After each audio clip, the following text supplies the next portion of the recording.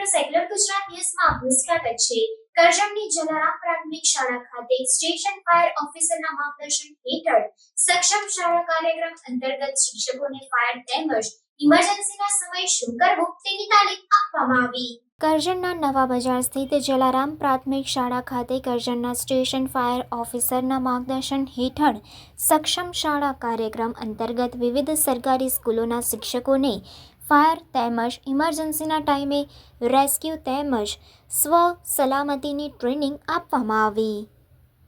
Reporter Dawood દિવાન સાથે cameraman Firoz Shah દિવાન, સેક્યુલર ગુજરાત ન્યૂઝ, કરજણ।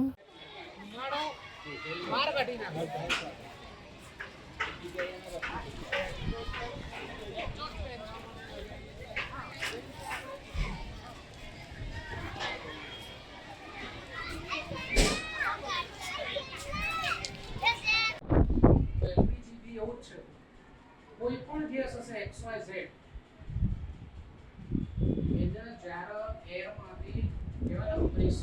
સમાચારોની અવનવી અપડેટ્સ માટે જોતા રહો સેક્યુલર ગુજરાત ન્યૂઝ।